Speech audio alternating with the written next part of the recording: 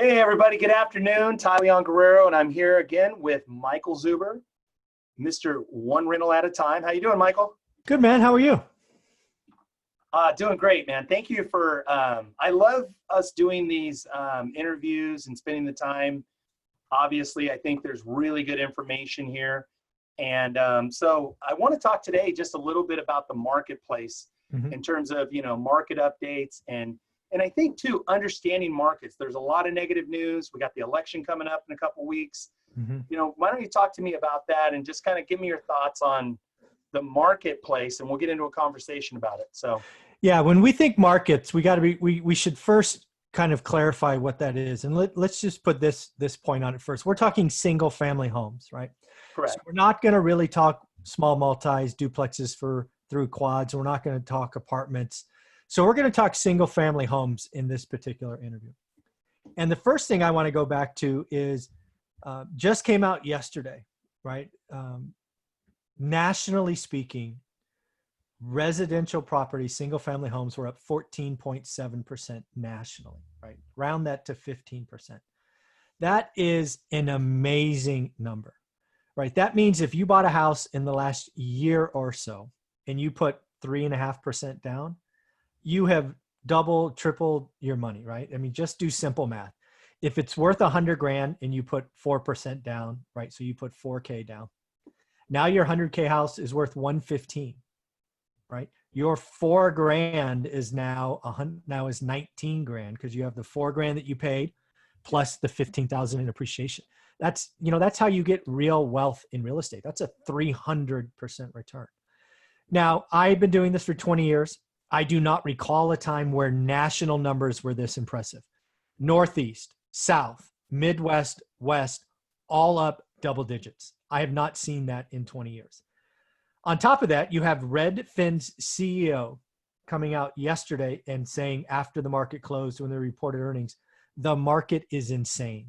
This market is insane. So I hear stuff like that and I go, ooh, red flag, at least a yellow flag. What's going on? Why is this public figure who has all this data that I don't have saying something that, should at least get your attention, right? When he says the market is insane, you should pay attention. So I think there's an amazing tailwind.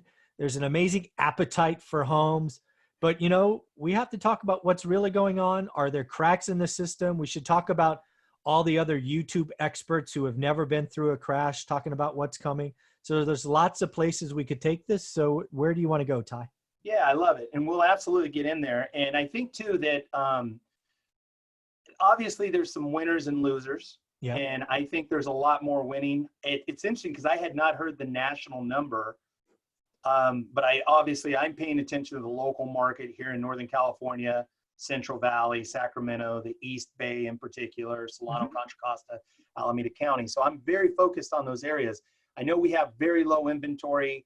Talk a little bit about kind of from our last conversation about the urban and suburban and maybe like places like San Francisco and New York City versus, the East Bay and places like Pleasanton and talk a little bit about that part. Yeah, I think what you have highlighted on is something I've been calling for a while, and that is kind of winners and losers. I don't know how else to say it. I don't mean it that cold-blooded, but there are going to be markets like San Francisco in the Bay Area that lose. It's vertical, which is not good. It's vertical and expensive, which is really not good.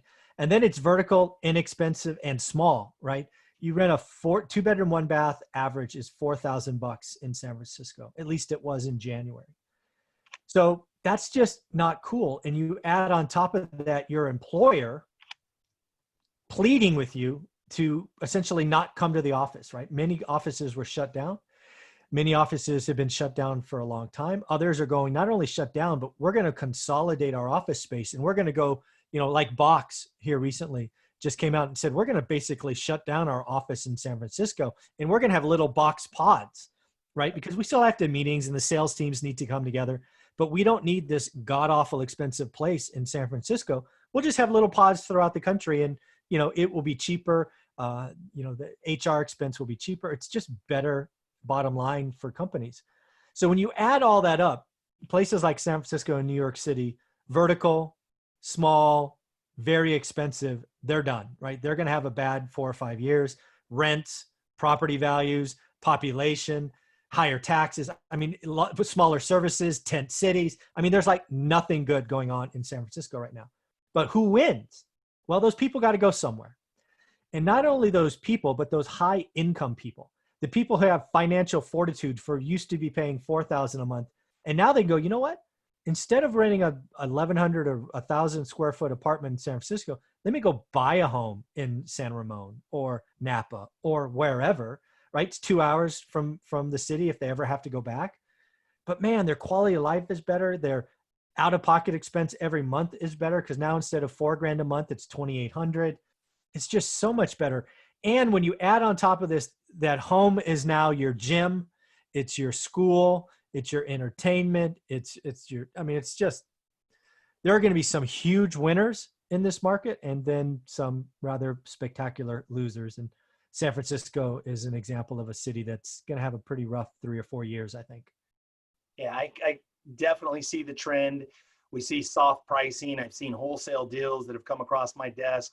Other investors that are bringing deals or what would be a hot opportunity last year, even in the beginning of the year, something that you would just really get excited about. And now it's like hard to find anybody who's interested in taking a chance on that kind of inventory. Completely agree with you.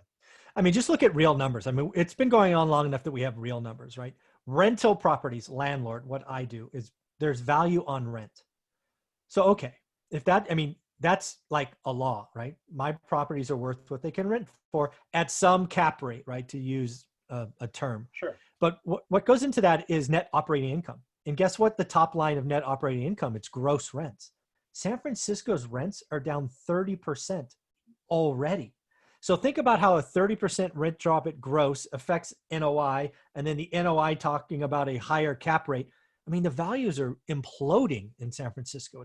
It's not a good time to be a landlord in San Francisco. If you bought in the last couple of years, you are probably underwater and you might even be in technical default here pretty shortly. Yeah, and that's tough. That's really tough. And again, we're just talking about residential units. We're talking about multifamily in some degree in that mix, but we haven't even talked about commercial. We're not going to talk about commercial because it's a little out of our expertise. Both you're a residential investor. I'm also obviously a residential broker investor as well. I want to talk about a bubble. And it's interesting because I have a friend here. We were talking a little bit about the market conditions and what's going on. And then even talking about, potentially next year or this wave of problematic bubble crash, whatever it's going to look like, an adjustment. Yeah. Let's talk about that. And specifically, I want to tee it up for you. The difference, talking about a bubble, but then also I want you to distinguish for some of the people that haven't heard you talk about the difference between a real educator and a YouTube entertainer. Yeah. So yeah, I love that conversation. That's fun. So first off, I guess we'll get the YouTube entertainer and someone who's really doing it. There are a couple of people on YouTube who have been in rental properties for 15 to 20 years. And I use 15 years on purpose because that means you've been doing this before the last run up. Right? If you only got interested in real estate since 2010, all you have known is an up market, right? All you have known is the longer I kept something, the more money I made. If you were doing this in 2005 or before, you saw a run up, you made some money, you felt good, you were cocky. Then you saw the market roll over and tank lower than you ever thought possible. And if you survived that run up and crash and have come out the other end, I am going to listen to you. Right? Because that was hard to do. And that was a big thing that we documented in our book, One Rental at a Time, is, oh my God, how do we do it? How do we avoid it? Right? We got out at the top, very near. The last house we sold was like the month of the peak. We moved into apartments at the right time. We went hand over fist during the crash with private money, hard money. And then we sold apartments last year right at the peak. So I'm a practitioner, right? My day job is to manage my portfolio of units. I happen to do nothing else. So while during a pandemic, I might as well talk about it and educate other people. YouTube entertainers, they come out with slick suits on and fancy ties and they throw, they wave their hands in the air and they say, hey, look, 2020 prices. It's the same as 2008. Bubble, bubble, bubble. And I'm like, dude, you're an idiot. I mean, people don't buy on price. They buy on payment. And oh, by the way, The interest rate in 2008 was 6.5%, and today it's 2.75. It's half.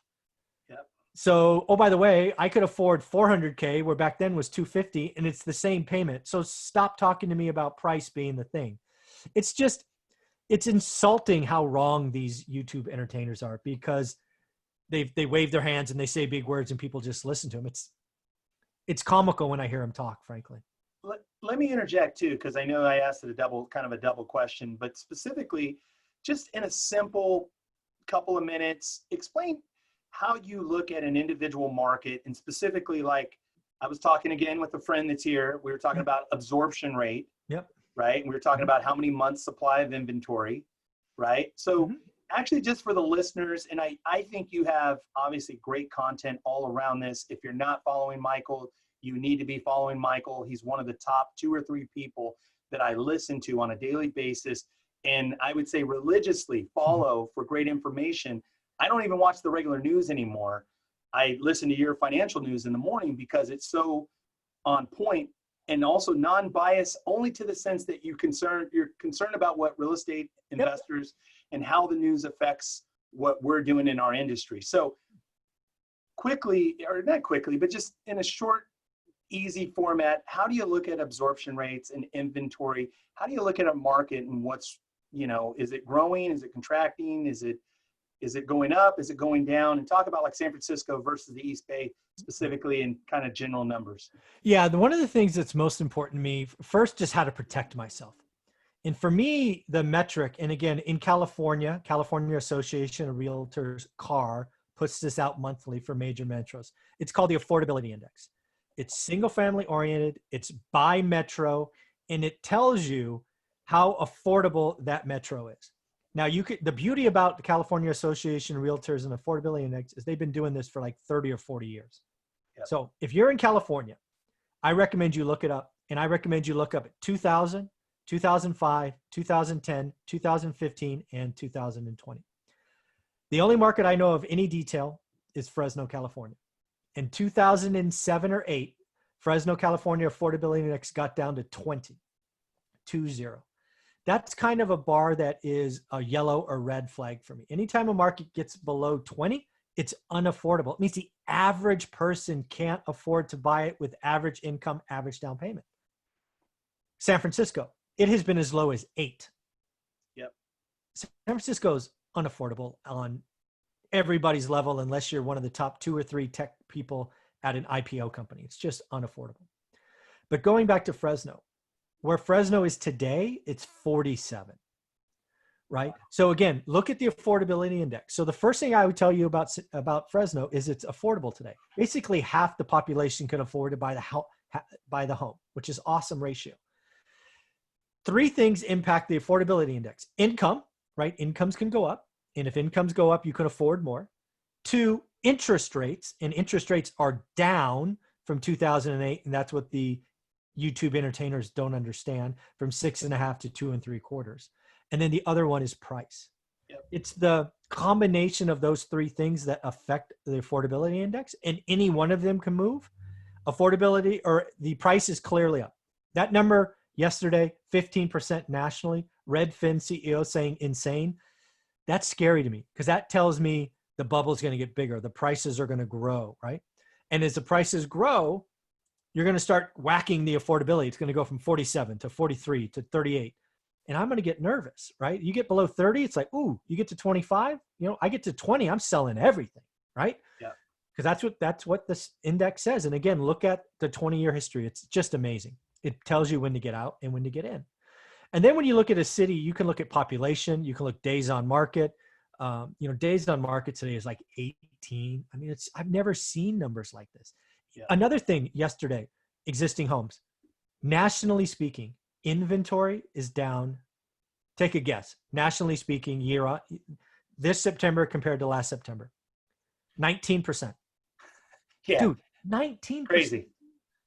Nationally, these are national numbers. It's not like, it's like mind-boggling to me that these are national numbers. So again, prices up, inventory down, demand up, 30-year loans. It's the only thing I could tell you is we are not There is no chance, zero chance we have a price crash next year. 2021, the math is, you can't put the math together unless interest rates double. That's Right. the only thing I can think of because of some black swan event. The Fed loses control of the interest rate, which makes mortgages go from 2.75 to 6.5. That will slam the market in a heartbeat. Outside of that one black swan event, you can't have a crash next year, nationally speaking. I don't care what the 3 million in forbearance do. I don't care what happens at the 4 million people facing eviction.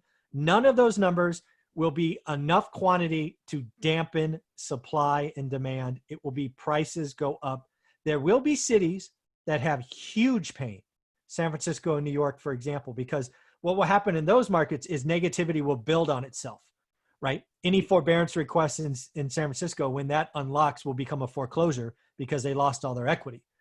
But nationally speaking, 3 million people in forbearance, when you kind of work out the math to how many people really might lose, it's a nit in the scope of the demand supply imbalance. You talk about the 1.4 million renters that are really impacting landlords to the tune of $7 billion in non-rent. That's going to be a nit. Yeah, sure, some landlords will lose. Yeah, some landlords will be frustrated and sell, but it'll be a nit. Right? We have such a demand supply imbalance. There is no chance, nationally speaking, prices go down. And I am willing to bet any of these other YouTube retainers that nationally speaking, not only prices are up next year, but I bet you they're up 10% or more, right? So you're calling a 30% crash? Well, good news. I'm calling a 10% increase. Let's bet. Let's have a charity donation. Yes. And let's see what happens. I love it. I absolutely love it. Great job, Michael. Thank you for sharing that. And I just want to also just touch with regard to talking about, like we talked a little bit just before we started about the family housing units in terms of family creating that portion. Also just talk a little bit about behavior. So I want to be able to back this up. And by the way, Michael and I did another video last week that we talked all about. One of my pressing questions was, what could create a big explosion in interest rates? Because it is the one black swan that could create a domino that could actually change and shift everything. And so if you like, we're not going to go into it now, but you can go back and watch that. It's on Michael's channel. It's also in Facebook groups. You can find that. I think it's really informative to really understand how interest rates work, because again, Michael's sharing his expertise with us. I think it's important to watch and understand that. But let's talk a little bit about, again, the certainty that you have. I also share with you and have the same beliefs, but back it up and talk about specifically the behavior. What's really going on behavior-wise? Let's talk about the family unit creation. Talk a little bit about kind of the mindset of somebody and understanding consumer behavior post-COVID. Oh, absolutely. So folks, if you're on my channel looking for last week's video, good news is Ty's the man. He has a playlist on my channel. Just look at the playlist called Ty, and those are everything he and I have done. So you'll find it there. It's really easy. It's just the last video in there.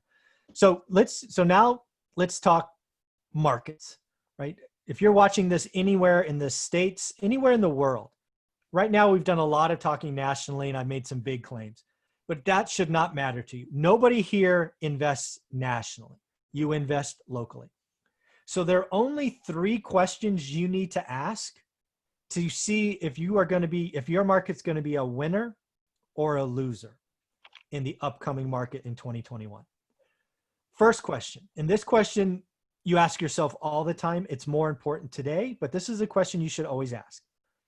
What is happening with family units in my market? Are people getting married and buying their first homes? What's going on, right? Today, again, nationally speaking, we have record numbers of kids, and I say kids, they're really young adults, living with mom and dad. That's where we are. They've lost their service jobs. They've lost all of that. But pay attention, because I promise you, those young adults do not want to live with mom and dad. I promise you, mom and dad doesn't want them to live with mom and dad. So that little, loop that they came back, they will boomerang out. And I'm guessing they are going to boomerang out into a house because space is good. I need a backyard. I need a place for my stuff. What we are seeing is a lot of millennials are actually buying homes with not their husband and wife, but boyfriend and girlfriend. They're looking at it as an investment. That's a net new change. Historically speaking, Gen X and baby boomers bought homes, but with husband or wives. It's changing with millennials. So again, watch that. That's the first one, right? Housing formation. Number two, is your city repelling people or attracting people? What do I mean by repelling? Is your state or city raising taxes? Is your state unfriendly to business? Is it unfriendly to small? Are you in a major metro that crime is up, homelessness is up, the smell is up, right? Is it just not good? That's repelling. Do you live in a state with little to no taxes? Are you friendly to small businesses? I do believe we are going to have record bankruptcies in 2020, but we will have record company creation in 2021. Do you want to create a company in a state that just beats you to death with taxes and fees? Or do you want to go across state lines where it's easy to create a company? I'm guessing people are going to cross state lines and go where it is. So is your state repelling? Are you attracting? And then the last one is going to be, where does your market sit with existing supply? This is the biggest thing that caught builders flat-footed. And Pulte Homes released earnings yesterday and identified this. Pulte Homes, national home builder, basically came out, exceeded revenue, exceeded earnings, but said Q4 deliveries are going to be low because they're building in the wrong areas. Yep. People want housing, but in different places than they were already building.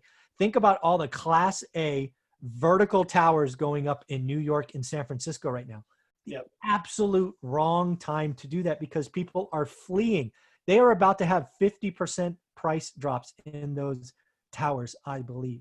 So are you in a location where they are going to be building tract homes? Or are you seeing a wave of population, no building? If that's the case, man, I hope you're a property owner because prices are going to go up, rents are going to go up. These are all going to be investable trends, and you really need to watch that. Again, I've done a lot of talking nationally. I made declarations that we will not see a price crash, but it doesn't matter. There will be some cities that get smoked and some cities that just blow it out of the water on the good side. So learn your market. Love it. Absolutely love it. It's interesting too that you and I've had previous conversations and we talked about, like, the old days they would talk about gold rush and they talk about boom towns.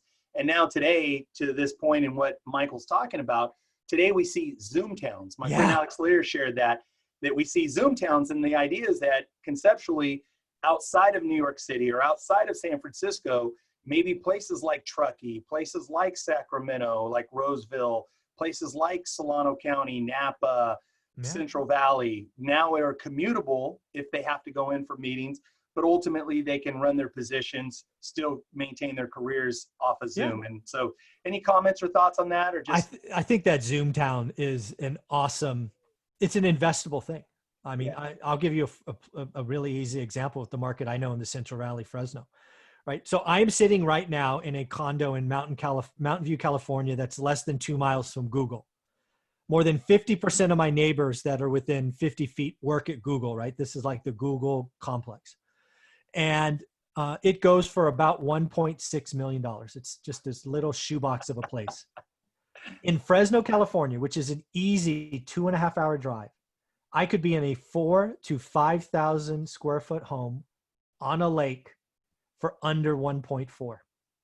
Yep. That is a Zoom town. Because again, hey, if I got to come to the office once a week or 3 times a month, sure, I can do that drive. It's 2.5 hours, no big deal. And shoot, there's a flight from San Francisco to Fresno and back. I can just hop on a 45-minute commuter jet. So again, the Zoom town thing is real. And just so we're clear, Zoom towns can actually go across the borders. The Zoom town that really should be marketing itself, surprisingly, is Vegas. Yep. Man, LA residents, SoCal residents, 3 hours east. Man, if I was the governor of Nevada, I would be putting out heavy marketing material saying Vegas is Zoom town for SoCal or Zoom town, whatever it is. Because man, where you can buy some amazing stuff in Fresno for 1.2, 1.4, you can buy even nicer stuff in Vegas. Yep. So yeah, this Zoom town thing is real. I think that was a great point you had. And most importantly, all of this, it's investable, right? You can see it coming and it will be a trend that will have legs far past 2021. I love it. I love it. So spot on. Let me ask you just one other question that bubbled up, and as we begin to wrap this up, specifically, so one of the things I noticed in my brokerage as well as in our wholesale and investment division, I noticed that we see people where they're going out of state. We're seeing people going to Boise, Idaho, and we're typically talking about baby boomers. They're people that are waiting for the retirement in January because they get vested and they hit a certain service mark or something along those lines, or we're just sick and tired of the politics, whatever it may be. How do you see that playing into, people going out of state, kind of the migration of people leaving California? How do you think, does that actually show up in the real numbers of the market being strong next year? Just your own thoughts and kind of. Yeah, I think California is in for 2 or 3 years of pretty heavy net migration out. I think San Francisco is going to have a decade of pain. To put it in context, I think California has 3 or 4 years of significant pain. There's a lot of wealth leaving California. Yep. California is not friendly already. And given what Gavin Newsom wants to put on the table and has already said is coming, I mean, I don't know why you would stay. I mean, if you're a Hollywood actor, if you're a high price YouTuber, right, and you can really do your stuff from anywhere, go across the state line like Graham Stephan, right? Graham Stephan makes $4 million a year on YouTube. He goes across the state line, he saves 16.9% in state taxes. Joe Rogan signed a $30 million deal with Spotify. He didn't sign that until he was out of California, right? He's in Texas now. California is targeting wealth and success because they are not creative enough to think about other options. They're just, let's go get the greedy rich. But what they've failed to realize is those greedy rich already pay 55% taxes. The top 1% in California pay 55% of gross taxes. That is already their fair share, in my opinion. And I'm not in the 1%. So, good for them. I think taxing them more is only going to mean middle-class taxes are going to go up. And that's what's going to happen with Gavin Newsom. He's going to scare the rich. He's going to have a budget that means we have another shortfall. And the only thing that's going to happen is the middle class are going to see tax increases. Because we're not as mobile, right? We're not millionaires and decamillionaires, and we can't buy a second home in Nevada and move there primary and then keep the LA house like Graham is as a vacation spot. So yeah, I see California having some significant pain for quite a while, unfortunately. Yeah. God, this has been so great, Michael. Thank you for your time. I know the listeners, again, I would encourage you, if you're not watching Michael's news, you're missing out. The daily news, it's short, concise, 8 to 12, 15 minutes max, very on point, very focused toward the real estate industry and how current news affects us, with none of the normal news BS that we see in all the mainstream media channels these days. So any other closing thoughts, Michael? No, I would just tell you that, becoming a good real estate investor is just paying attention. You could do it 20 minutes a day. You don't have to spend hours. Keep doing what you're doing 9 to 5. Make it your side hustle. And, you really can learn your market 20 minutes a day. I love it. Thank you, Michael, for your time. Thank you for all the listeners. And we'll look forward to seeing you soon. Thanks so much.